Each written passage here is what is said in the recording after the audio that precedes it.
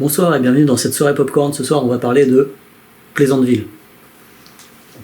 Pleasantville. En mode VHS. Ce qui va bien avec le film, qui parle d'une vieille série télé, tu sais, genre Ma sorcière bien aimée, tu sais, les trucs en noir et blanc. Non mais, je donne un exemple. Mais les trucs vieillots, tu sais, avec les hyper polissés, hyper propres, tu sais, des années, je sais pas, 50, 50. Où tout le monde est poli, tout le monde est gentil, enfin, tout est beau, quoi. Et du coup, ça parle de deux adolescents des années 90. Un garçon qui s'appelle David, je crois, qui est pas très bien, enfin pas hyper populaire, mais qui a bon fond. Et sa sœur, qui s'appelle Jennifer, qui est délurée, enfin t'es, qui est branchée, un peu vulgaire même des fois, on pourrait dire. Enfin, elle véhicule un peu ça, la nana un peu plus trash, alors que lui il est hyper gentillet, quoi. Et du coup, un soir où elle a un rencard d'un mec qui arrive chez elle, lui il a prévu un marathon Pleasantville où il doit se remater tous les épisodes de sa série préférée durant toute la nuit. Ils se disputent la télécommande pour savoir qui aura la télé et la chaîne. Il casse la télécommande et il y a un réparateur un peu mystérieux qui arrive chez eux, qui leur donne une nouvelle télécommande et ils vont se retrouver projetés dans Pleasantville, enfin dans la série télé. Alors, le frère, la sœur et... Le frère et la sœur. Non, le réparateur est plus là, mais les deux jumeaux, ils se disputent la télécommande, on les voit tirer chacun d'un côté la télécommande, et ils sont happés par l'écran, et ils se retrouvent projetés dans les rôles d'un frère et d'une sœur dans la série télé des années 60. Enfin, ils se retrouvent coincés dans un truc en noir et blanc, hyper propre, enfin, tu sais, avec tous les trucs de l'époque. Et donc leur but, c'est de sortir de... Ouais, c'est de revenir... Sachant qu'en fait, ils se retrouvent dans un truc hyper poli où les gens, ils n'ont pas droit à l'expression, enfin, c'est un truc privé de liberté en fait, à Pleasantville. Enfin, tout est gentil, tout est propre, mais tu sais, il n'y a pas... La couleur n'existe pas, quoi. Ah, la couleur n'existe pas. Ouais, au début, tout est noir et blanc. Enfin, c'est une des réussites du film à l'époque, c'était que quand tu passais dans la série télé, c'était tout noir et blanc. Et les personnages, vu qu'ils arrivent d'une autre époque et qu'ils ont une autre culture et tout ça, ils vont libérer les personnages de la série en leur faisant découvrir le sexe, la curiosité d'aller en dehors de sa vie, ou toi, Ah ouais. l'expression, le personnage de David ou Bud dans la série, il travaille dans un drugstore et tout ça, mais qui fait des hamburgers et tout ça. Et le patron, il est dans son travail job, mais lui, ce qu'il aime bien, c'est pour les fêtes, faire des peintures, tu sais, genre des trucs de Noël et tout ça. Et il va découvrir, enfin, sous l'impulsion du garçon, il va laisser libre cours à sa créativité et de plus en plus s'intéresser à la peinture et tout ça, enfin, tu sais, alors que c'est un truc qu'il fait jamais d'habitude, ou quasiment jamais. Donc, tu sais, chaque personnage, en fait, va trouver les choses où il peut s'exprimer, les trucs enfin, vraiment des passions, quoi. La mère, tu sais, où c'est les parents, ils ont des lits séparés, enfin, tu sais, il n'y a pas de sexe dans les vieilles séries, donc la mère, elle va découvrir le plaisir sexuel, genre la masturbation et tout ça, enfin. Et à chaque fois qu'un personnage trouve un truc en lui où il arrive à se libérer ou à avoir du plaisir ou être plus comment dire, s'épanouir, non. Plus épanoui, ouais, c'est exactement le bon mot que je cherchais. C'est là que ça amène de la couleur. Ah ouais, c'est original. Toi, la mère de famille jouée par Joanna Allen, on l'entend dans sa baignoire en train de se faire plaisir, et quand elle est en orgasme, t'as un buisson qui s'allume, enfin tu sais, qui prend feu dehors, enfin un arbre, et tout ça, c'est que ça soit la couleur des yeux ou la peau, au lieu d'avoir la peau toute blanche et tout ça, tu sais, il commence à avoir la peau colorée et tout ça. Ah, c'est progressivement, c'est pas d'un coup. Non, c'est progressivement, c'est suivant t'as une fleur qui devient, une rose qui devient rouge, enfin tout ce genre de choses, quoi. Et à l'époque, c'était pas encore le numérique, qui était pas encore aussi répandu, donc mélanger le noir et blanc avec des touches de couleur, c'était assez novateur, quoi. Ouais. Et c'est toute la ville qui va se colorer à la fin. Ouais, ça. Disons que il y a le camp des. On essaye de protéger le passé, il faut pas trop évoluer. Les anti, les conformistes, ouais, qui. Non, il faut protéger notre ville gentille et tout ça. Et t'as ceux qui sont pour le progrès, non, mais il faut évoluer. Et faut se libérer de tout ça. Et du coup, les personnages.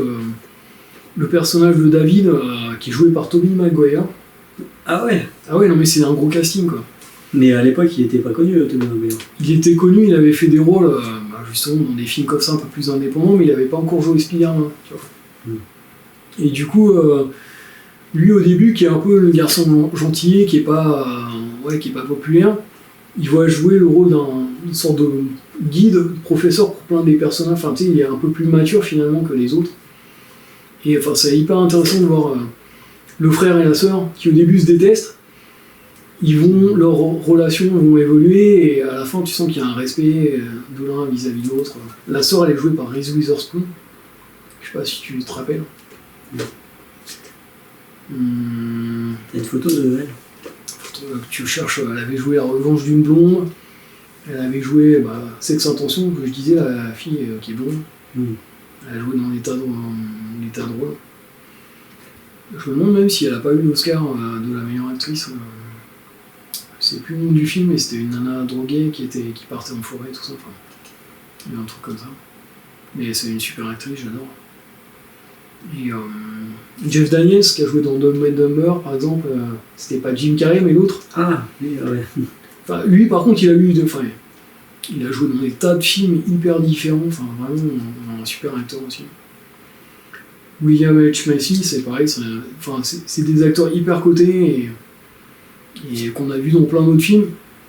Et ce film, il est vraiment, en termes de film dramatique, il y a des moments drôles, mais film sérieux et de bonne qualité, bien joué avec des super acteurs, c'est le top du top, quoi. Ah ouais. Et en plus, c'est intéressant, quoi.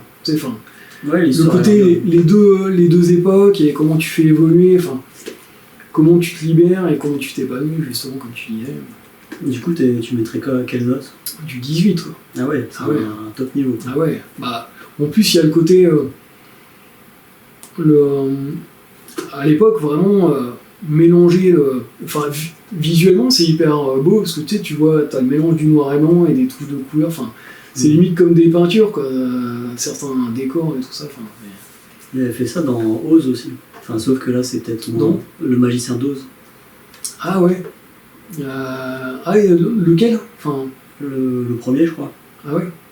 Où il mélangeait les couleurs, mais alors je sais plus, c'est peut-être... Il y avait peut-être aussi l'intro quand ça se passait dans la ferme, c'était peut-être en noir et blanc, et après ça passe en couleur, en Technicolor. C'est juste un switch, mais il n'y a pas de mélange. Alors que là c'est vraiment comme dans Sin City, où tu sais, t'as une couleur, mais là c'est vraiment tout le temps, et ça constamment, ça avance, il y a de plus en plus de couleurs à des moments bien choisis et tout ça.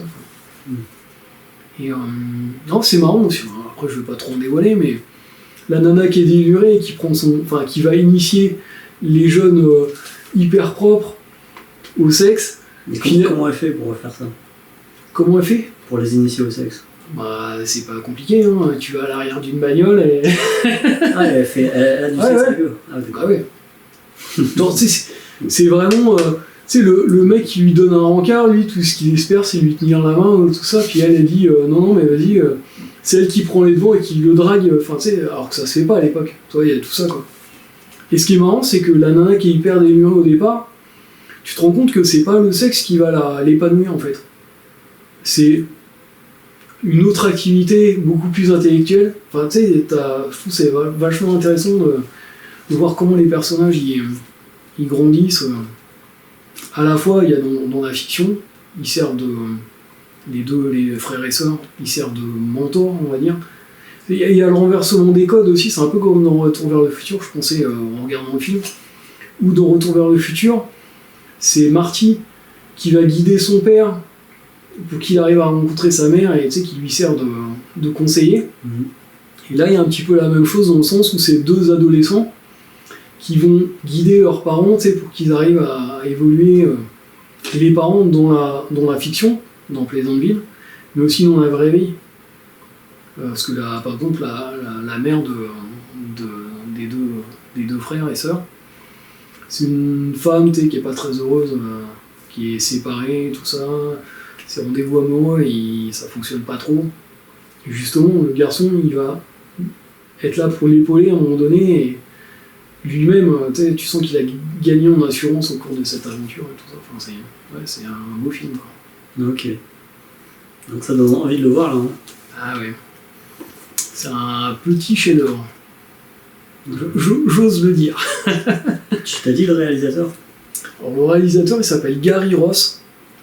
Il a fait quelques films comme ça il avait fait un film qui s'appelait Sea Biscuit, toujours avec Tobey Maguire. C'était sur un jockey, les courses hippiques. Ouais.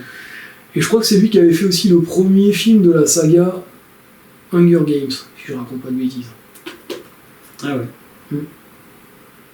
Donc, ouais, plutôt un bon réalisateur. En tout cas, pour moi, ça reste. Enfin, j'ai peut-être pas vu tous ses films, mais pour moi, ça reste son chef-d'œuvre. Vraiment. Comment mélanger deux époques et avec un super casting. Et voilà. Bravo à ce réalisateur et merci pour ce super film. Et... Ouais, j'espère que tu le verras un jour. Ah ouais, ça donne envie de le voir.